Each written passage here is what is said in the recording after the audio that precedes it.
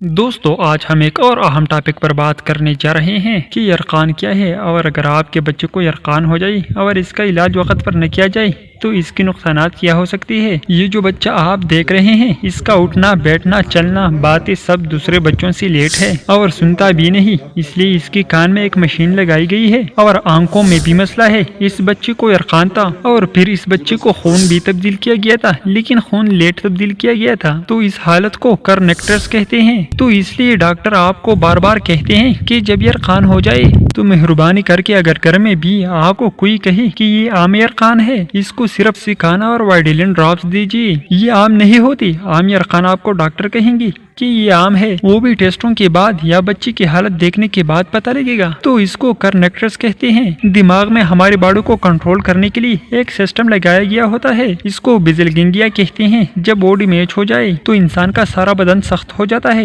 آنکھوں کی بیلنس بھی آؤٹ ہو جاتا ہے اور سننے کی جو شریان ہوتا ہے جس پر ہم سنتے ہیں، سینسری نیورس ہیئرنگ لاس اس کو کہتے ہیں، اور یہ کرنیکٹرس پھر واپس نہیں ہوں گے، یہ irreversible ہوتا ہے۔ تو مہربانی کر کے یرقان کے بچے کو فوراً اپنے علاقے کے ہاسپٹل میں علاج کروا لے۔ اگر علاج نہیں ہوا تو اس طرح CP ہو جائیں گے اور یہ عمر بھر کی معذور ہوں گے۔